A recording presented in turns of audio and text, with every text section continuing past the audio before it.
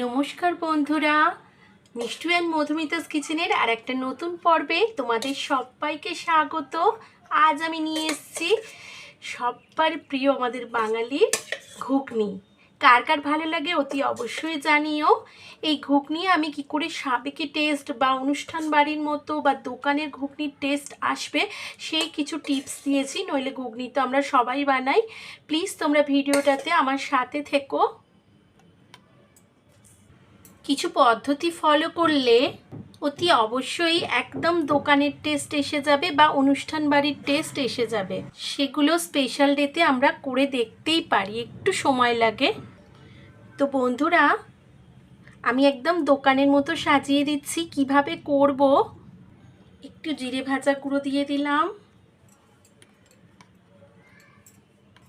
একটু বাড়ির তৈরি চটপটা চাট মশলা। প্লিজ ভিডিওটা একটু সাথে থেকো, স্কিপ না করে দেখার অনুরোধ রইল। তো চলো ঝটপট শুরু করে দিই বাঙালির প্রিয় স্পেশাল ঘুগনি। রান্নাটা করার জন্য আমি প্রথমে কিছু প্রস্তুতি নিয়ে নিয়েছি। এইটাকে দেখো ওভারনাইট ভিজিয়ে এরকম বয়েল করে নিয়েছি। দুটো টমেটো বেটে নিয়েছি, দুটো আলু ডুমো ডুমো করে সাইজের কেটে নিয়েছি। আচ্ছা, কড়াইটা বয়েল করার সময় আমি সামান্য এই হাফ স্পুনের মতো নুন দিয়ে দিয়েছি যাতে ভিতরে নুন যায়। আর ডুমো করে এরকম আলুটা কেটে নিয়েছি। 1 টেবিল স্পুন জিরে, ধনে আর 4টে কাঁচা লঙ্কা আর 1 ইঞ্চির মতো আদা একসাথে ভিজিয়ে বেটে নিয়েছি। পুরো অথেন্টিক উপায় করতে চাইছি, পুরোনো দিনের টেস্ট আসবে।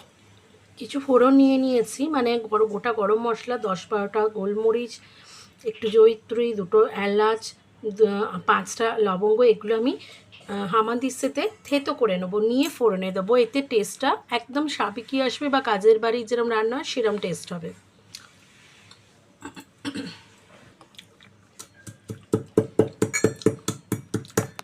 আমার গুঁড়ো করা হয়ে গেছে, এরকম করে নেবো। একটা বাটির মধ্যে বাটনা 2 টেবিল স্পুন নিয়েছি আর 1 চামচ হলুদ গুঁড়ো, ঝালের জন্য নয় রঙের জন্য কাশ্মীরি লঙ্কা গুঁড়ো। অল্প জল দিয়ে একটা গুলে রাখবো, পেস্ট করে রাখবো, যাতে হলুদ এই মশলাগুলো পুড়েও না যায় আর এর সাথে পেস্টও হয়ে যায়। একটা জায়গা বসিয়ে দিয়ে বেশ কিছুটা তেল দিয়ে দিয়েছি, আমি 4 কলার মতো দিয়েছি। দিয়ে গোটা গরম মশলা থেঁতোটা দিয়ে দেব, ফাটানো শুকনো লঙ্কা দিয়ে দেব আর 1 স্ট্রিপ কারি পাতা দিয়ে দেব। ফোড়ন যাতে জ্বলে না যায় সেদিকে লক্ষ্য রাখতে হবে, নইলে কিন্তু স্মেলটা খারাপ হয়ে যায়। এবার এই বাটনাটা মিষ্টি গন্ধ এলে ফোড়ন থেকে পুরোটাই দিয়ে দেবো। এর মধ্যে সবটাই আছে বন্ধুরা। সুন্দর টেস্ট আর টেস্টের ব্যালেন্সের জন্য আমি 2 ছোটো চামচ চিনি দিয়ে দিলাম, এতে কালারও ভালো আসবে। ঘুগনি তোমরা অনেকেই করো, আমাদের ঘরে ঘরেই ঘুগনিটা খুব ফেভারিট বাঙালিদের। আর কিন্তু তোমাদের আমি যেগুলো বলছি এইগুলোর দিকে লক্ষ্য রাখলে তোমরা দেখবে একদম কাজের বাড়ির মতো রান্না হবে। বা আমরা দোকানে যে ঘুগনি কিনে খাই সেটাতে হাইজিনের অপেক্ষা একটু কম হয়, বাড়িতে যেটা হবে সব সময় ভালো হবে। তো এরকম রান্না শিখতে বা জানতে বা যদি ভালো লাগে তাহলে আমার চ্যানেলটাকে সাবস্ক্রাইব করে নিয়ে পাশে থাকা বেল আইকনটাকে ক্লিক করে নেওয়ার অনুরোধ রইল বন্ধুরা, যাতে আমি চ্যানেলে নতুন কোনো নোটিফিকেশান দিলে তোমাদের কাছে সরাসরি পৌঁছে যায়। একবার এইভাবে করার অনুরোধ রইল, যদি করে দেখো দেখবে আমরা যখন গুঁড়ো মশলা দিয়ে করি বা নর্মালি যেভাবে করি তাড়াহুড়োতে একদম আমূল টেস্ট পাল্টে যায়, মানে খুব টেস্ট হয়, মুখে লেগে থাকে। বাটনাটা থেকে তেল ছেড়ে এসছে, এই সময় আলুটা দিয়ে দেবো। আলুটা একটু কষিয়ে নেব, কড়াইয়ের পরিমাণ দেখে আর কতটা নুন আগে দিয়েছে খেয়াল করে আর আলুর পরিমাণ দেখে পরিমাণ মতো নুন দিতে হবে। অ্যাড করে দিলাম, খুব ভালো করে কষিয়ে নেব।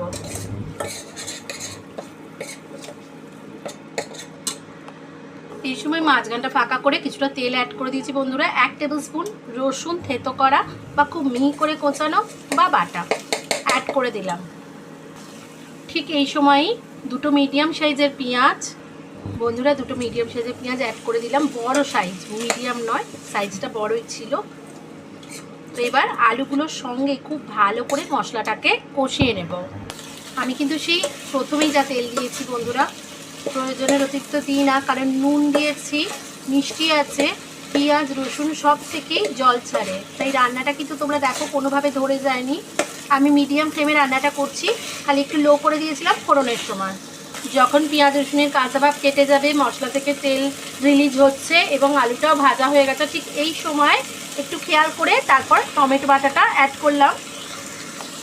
এবার মশলার সাথে খুব ভালো করে কষিয়ে নেব, টমেটো বাটাটাও কাঁচা ভাব চলে যাওয়া পর্যন্ত, ভালো করে মশলার সাথে মিশে যাওয়া পর্যন্ত। এই পর্যায়ে আমরা খুব ভালো করে কষিয়ে নেব। কষার উপর কিন্তু রান্না অনেকটাই নির্ভর করে বন্ধুরা। ঝাল নুনটা তোমরা তোমাদের পছন্দের মতো দেবে, যে যতটা ঝাল পছন্দ করো বা নুন পছন্দ করো পরিমাণ দেখেই দেবে। মশলা কষাতে কষাতে তেল রিলিজ হয়ে গেছে বন্ধুরা, তোমরা দেখো। তো এই পর্যায়ে এবার আমরা কড়াইটা অ্যাড করে দেব। এখানে একটা টিপস বলে দিচ্ছি বন্ধুরা, যেহেতু আমি কড়াইটা একটু শক্তর দিকে বয়েল করেছি, তাই জন্য দেওয়ার সময় বেশ কিছু কড়াই আমি এক মুঠো মতো একটু চটকে দিলাম। দেখো বন্ধুরা, এরকম স্ম্যাশ হলে গ্রেভিতে একটা টেক্সচার আসে এবং টেস্টটাও ভীষণ ভালো হয়। খুব ভালো করে কষিয়ে নেব কড়াইয়ের সাথেও মশলাটা। ঠিক এই সময় পরিমাণ মতো উষ্ণ গরম জল অ্যাড করে দেব এবং 10 মিনিটের মতো বয়েল করে নেব। ফিরে এলাম মিনিট 10 পর। দেখো বন্ধুরা, আলু সেদ্ধ হয়ে গেছে, কড়াইও বয়েল হয়ে গেছে। জুসটা তোমরা তোমাদের পছন্দ মতো রাখবে। আমি একটু মাখোই করছি। এই সময় শুকনো খোলায় ভাজা কাসুরি মেথি ছড়িয়ে দেব, মিশিয়ে দেব মিনিট খানেক মতো, আর একটু রান্না করে নেব। এবার ফ্লেম অফ করে দেবো। দুটো স্পেশাল জিনিস অ্যাড করব। ঘরের তৈরি 1 স্পুনের মতো ঘি, এতে টেস্টটা ভীষণ ভালো হয়। মিশিয়ে নেব ঘিটা পুরোটা সবজি বা ঘুগনির মধ্যে, খুব ভালো করে মিশিয়ে দেব। দিয়ে আর একটা স্পেশাল জিনিস অ্যাড করব, ওপর থেকে একটু জিরে ভাজা গুঁড়ো অ্যাড করে দিলাম, 1 স্পুনের মতো ধনে ভাজা গুঁড়ো অ্যাড করে দিলাম। 5 মিনিট রেস্ট রেখে সার্ভ করে দেবো। কেমন লাগলো বন্ধুরা এই রেসিপিটা? যদি ভালো লেগে থাকে অতি অবশ্যই লাইক শেয়ার কমেন্ট করো। আমার চ্যানেলে নতুন বন্ধু হলে চ্যানেলটাকে সাবস্ক্রাইব করে নিয়ে পাশে থাকা বেল আইকনটাকে ক্লিক করে নেওয়ার অনুরোধ রইল, যাতে আমি চ্যানেলে নতুন কোনো রেসিপি দিলে তৎক্ষণাৎ তোমাদের কাছে নোটিফিকেশান পৌঁছে যায়। আবার হাজির হয়ে যাবো নতুন কোনো রেসিপি নিয়ে। ততক্ষণের জন্য খুব ভালো থেকো, স্বাস্থ্যকর খাবার খাও, টাটা।